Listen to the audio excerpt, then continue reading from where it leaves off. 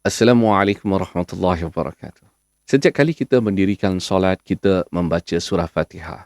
Kita mengiktiraf Allah Subhanahu wa taala lah Rabb bagi alam semesta ini.